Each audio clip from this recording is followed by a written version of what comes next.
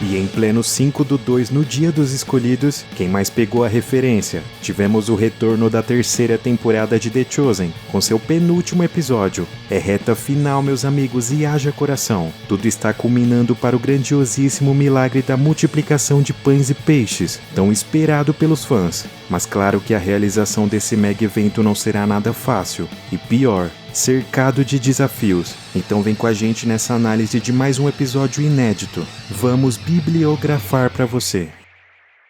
Esse sétimo e penúltimo episódio, sem dúvida, foi uma preparação, uma pavimentação para a season finale e conclusão épica do último episódio que virá pela frente. Mas foi tão cheio de emoções quanto. O episódio começa mostrando algumas famílias reunidas, como a de Jairo e de Zebedeu, comemorando uma festa típica do país, chamada de Purim, que nada mais é que uma celebração histórica realizada todos os anos em memória da salvação dos judeus, de um plano de extermínio persa, através da rainha Esther, que teria conseguido impedir que isso acontecesse. Mas nem todos estavam tão animados assim. Filipe e André retornam de Decápolis totalmente desesperançosos com o problema que eles não tinham conseguido resolver sozinhos. E aleatoriamente Filipe tropeça e machuca o dedo do pé. Sinceramente me pergunto se esse detalhe servirá para alguma coisa no futuro. Mas cá entre nós, ô Filipe, logo você, o discípulo mais experiente do grupo, se queixando de um dedinho machucado?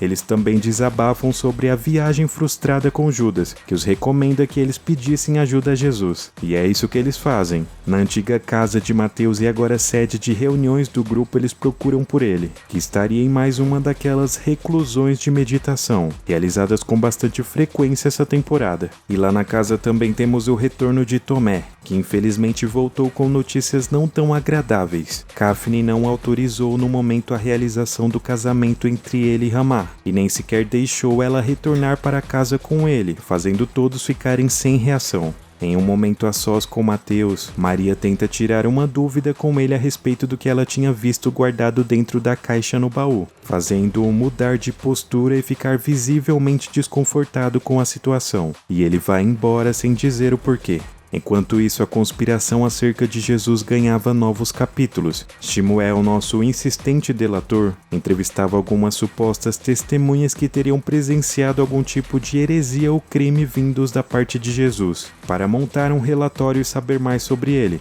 Acontece que o nome Jesus era tão comum e existiam tantas pessoas afirmando serem elas o Messias na cidade, que praticamente ficava impossível distingui-lo dos demais, desanimando bastante o fariseu. Porém, ele não estava sozinho. Áticos, mesmo de Jerusalém, também fazia sua parte, e ele descolou a informação com um rabino de um homem chamado Yanni, que poderia ajudá-lo a cuidar de um caso sobre um suposto pregador desonesto. Após aquela cena inicial tensa de Simão na abertura, acompanhamos mais um pouco de sua dor, após saber da perda de seu filho, e enquanto ele caminhava fora de rumo pela cidade, acabou entrando sem pensar no bairro romano, que era proibido para os judeus. Mas antes que ele pudesse ser preso, Gaius dá um jeito de escondê-lo, levando-o para sua casa, onde dá uma bronca nele. Na casa do chefe da guarda, Lívia, sua esposa, aparece de surpresa, perguntando a Simão se seria ele o médico judeu ao qual Gaius havia falado a respeito, e o filho deles, chamado Mário, o explica que eles aguardavam o médico para cuidar de seu melhor amigo que estava doente. Mas sem deixar que concluíssem a conversa, Gaius pega um manto para escoltar de volta Simão para fora do bairro e o puxa de volta para fora da casa, mas não antes do discípulo ver o garoto doente no leito.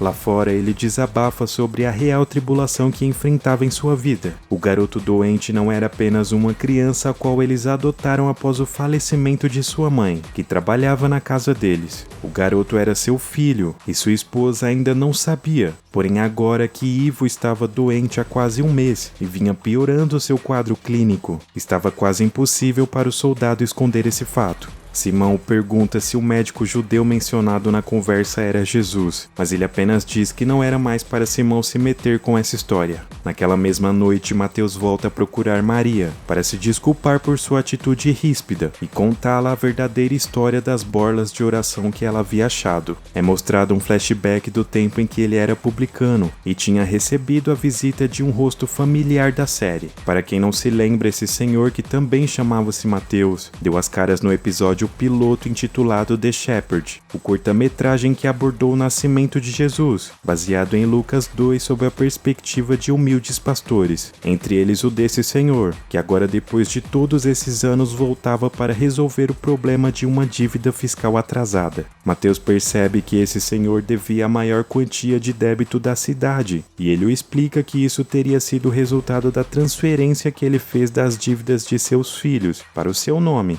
perturbando Mateus, que não entende o motivo para aquilo. Afinal, o homem não teria como pagar e seria forçado a trabalhar em campos forçados de trabalhos romanos. Mas o Senhor não demonstra nem um pouco de preocupação com as consequências, pois para ele a justificação de sua família era o que verdadeiramente importava. E ele até mesmo agradece Mateus pela atenção e diz que o daria um presente. Mas um presente que excederia qualquer valor em dinheiro e que seria mais valioso que ouro e pedras preciosas. E ele tira do bolso as borlas que seriam do tempo do primeiro exílio e diz a Mateus que talvez elas não tivessem utilidade naquele momento, mas que um dia ele iria precisar delas. E voltando para Maria, Mateus diz que as havia guardado como símbolo do pecado contra seu povo. E Maria o explica que a vontade do homem era que Mateus um dia sentisse novamente orgulho de ser judeu e que às vezes Deus mandava um pombo em nossas vidas, fazendo referência ao dia de sua conversão, em que na beira de um precipício ela teria sido salva por um pombo que a levou direto a Jesus. No caso de Mateus, seria aquele homem. Então, emocionados, os dois chegam à conclusão de que era a hora dele ter um novo acessório em suas roupas. E ele não perde tempo. Com a ajuda de Tadeu em uma cena cômica, Mateus tenta colocar as borlas em suas vestes. Lembrando que Mateus passou a maior parte de sua vida sendo publicano, por isso ele não havia estudado os costumes judaicos da época, mas nada que uma ajudinha não resolvesse. E partimos para a conclusão do episódio. Finalmente André e Felipe têm a chance de contar ao mestre o que estava acontecendo em Decápolis, sobre as 10 cidades que afirmavam estarem à beira de uma guerra civil, entre judeus e gentios, iniciada após a pregação da dupla no local, baseada na parábola do banquete que eles aprenderam com Jesus, que teria feito os judeus se sentirem rebaixados pelos gentios, e os gentios rebaixados pelos judeus. João tem uma pergunta pertinente e pergunta se ele realmente estaria chamando os gentios para o banquete, usando a linguagem da parábola, mas Jesus apenas responde que quem tinha ouvidos para ouvir que ouvisse, deixando João com uma cara hilária de quem continuava sem entender nada. Então, encerrando a reunião, Jesus pede a eles que descansassem, pois levantariam cedo no dia seguinte para iniciarem a nova missão. E antes que João fosse embora, ele o chama de canto para pedir um favor muito específico, que ele ficasse para trás, para esperar por Simão, que não estava ali entre eles. João se revolta, dando todas as desculpas possíveis para que Jesus mandasse outro em seu lugar, pois Simão estava estranho e não merecia aqueles cuidados, mas dizendo que o amava, Jesus diz que tinha que ser ele e que o sucesso da missão dependeria de Simão, pondo um ponto final na conversa. E assim que amanhece, eles pegam a estrada. Como combinado, João fica para trás para encontrar Simão, que tinha ido até a casa de Mateus sem saber para onde os outros haviam ido. E João, irado, explica a situação e pede que ele fosse com ele. E ele segue o caminho todo repreendendo por suas atitudes, por ele estar ausente do grupo e ter faltado na última reunião. Porém, Simão diz que o discípulo amado não tinha do que reclamar, porque ele era menos cobrado do que ele. E João explode respondendo que ele já tinha Éden para receber atenção, fazendo Simão cair em prantos na mesma hora só de ouvir o nome dela. João começa a pedi-lo desculpas por ter dito algo que o tivesse ofendido, mas Simão explica que estava chorando pela perda do seu filho e que Jesus não poderia ter feito aquilo com ele, não com ele. E João o lembra que eles não teriam privilégios nenhum e que as promessas de Jesus teriam sido completamente ao contrário, que na verdade eles sofreriam e a caminhada seria difícil, mas Simão continua sem dar ouvidos a ele.